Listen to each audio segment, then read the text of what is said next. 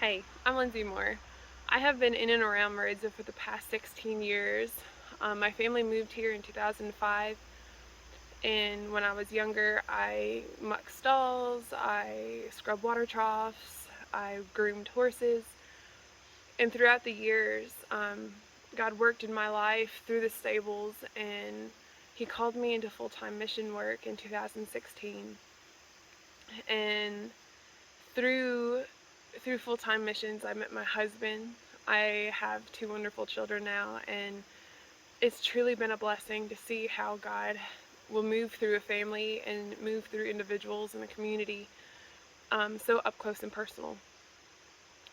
And growing up in ministry, it was a lot of the what can we see, and what do we hear about God moving and seeing how God moves. And a lot of what people don't see is the daily struggles that we as missionaries, but more importantly, we as Christians deal with. And I've always believed that the more we do good for God, the more the devil comes after us. And this past year in general has been just so difficult, not for just me in my personal life, but the world as a whole with this pandemic. And it leaves us fighting for so much, and that feeling of having to do it all and fix it or prevent it or protect our own selves and our families and our loved ones, and that can become very exhausting. Um, Feeling like we have to do it all on our own is an awful place to be. It leaves us frustrated, it leaves us discouraged, it leaves us scared and fearful. It leaves us feeling helpless and alone. And for me, feeling helpless is one of the worst places to be. And it's it's one of those things where if left to do it on our own, we'll just continue to drive ourselves into the ground. And so thankfully in the scriptures there's a lot of encouraging and reassuring verses to remind us that we're not alone, that we don't have to do it, that we have someone there to protect us and to fight these battles for us. And so the verse that I have pulled out today, one of them, is from Psalm 121, 1 through 2. And it says, I will lift my eyes to the hills. Where does my help come from? My help comes from the Lord who made heaven and earth.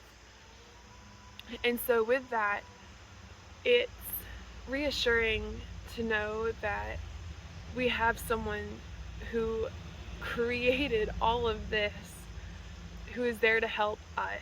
And no matter whether it's a big situation or a small situation, God's there for us. And sometimes we are left to say, okay, how it says that he's there to help us. Well, what does that look like? Do we get the big flashing lights and the signs saying, here's the direction you need to go, or this is the way you need to go, or the decision you get to choose? No, we don't get those, unfortunately. But we do get those calming, reassuring feelings. We do get that weight lifted off of our backs when we ask him for help and he pulls that burden from us. We also get people brought into our lives so that we don't go it on our own.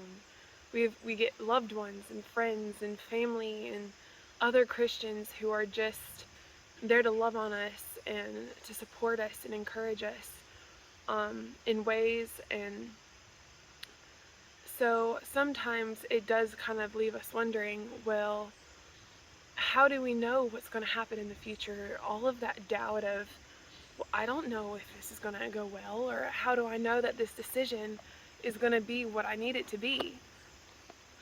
Well, Deuteronomy 31:8 says, do not be afraid or discouraged, for the Lord will personally go ahead of you. He will be with you and will never fail nor abandon you. So we don't have to worry about what happens tomorrow because he's already there. He knows what we're going to choose to do and how that's going to play out. And yes, as humans, it is very scary. But as Christians, it's reassuring. And as someone who has been through so much this year, to know that God is on my side and God has my back is one of the most lifting, freeing feelings that I depend on. And So sometimes we can feel all these great feelings and have that trusting relationship with God, but still lack hope. And hope is one of those areas that you've not seen a lot of. You hear a lot nowadays of, well, I hope this virus goes away, or I hope they get better, or I hope that it goes well. And we have to hang on to that hope. And it's one of those feelings and one of those God-given things that just are so easy to suppress and to discourage. But Jeremiah 29:11 says, "For I know the plans I have for you, says the Lord. They are plans for good and not disaster, to give you hope, future, and a hope." And so God is there to give us hope. He's there to give us a future. He doesn't want us to be on our own. That's not what we were created for. And so, to close out, I pray that we all can depend on each other, but more importantly, we go to the scriptures and we dive into what God's got for us, and um, we look to the hills and ask God for help, and that we can stay hopeful of the future because it will get better. And so that's all I've got. I hope y'all have a wonderful rest of the day and a great rest of the week. Bye.